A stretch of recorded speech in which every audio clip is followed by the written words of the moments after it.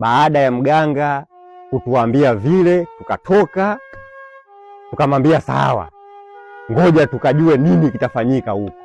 Mimi na yule mzee tukaenda mpaka pale. Tunafika pale, wenzangu wa Dar es Salaam wanasema vipi, tunafanyaje? Na yule mzee kaitwa na wenzake, vipi?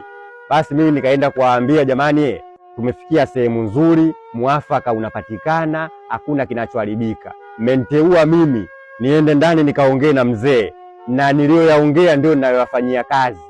Mimi mwenyewe nahitajika kwenye kazi zangu, naomba mfanye subra, tunayamaliza haya mambo. Yule mzee naye akaenda akaongea na wenzake, akaja akasema twende tumfuate mzee.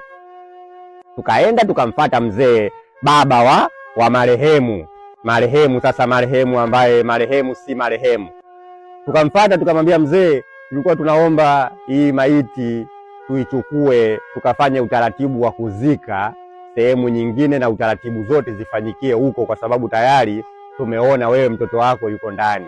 Kwa hiyo tukifanya hapa tutakuwa kama hatujakutendea haki.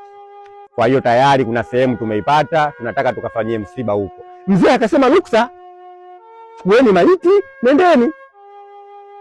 Nikafika kwa rafiki zangu pale, na yule mzee akaenda kwa nani kule, kaambia, jamani, tunachukua maiti, mimi pamoja na huyu mzee. Nyinyi naombeni wote mtusaidie kubeba tu mpaka sehemu tunapoelekea huko, mambo yote tutayajua huko.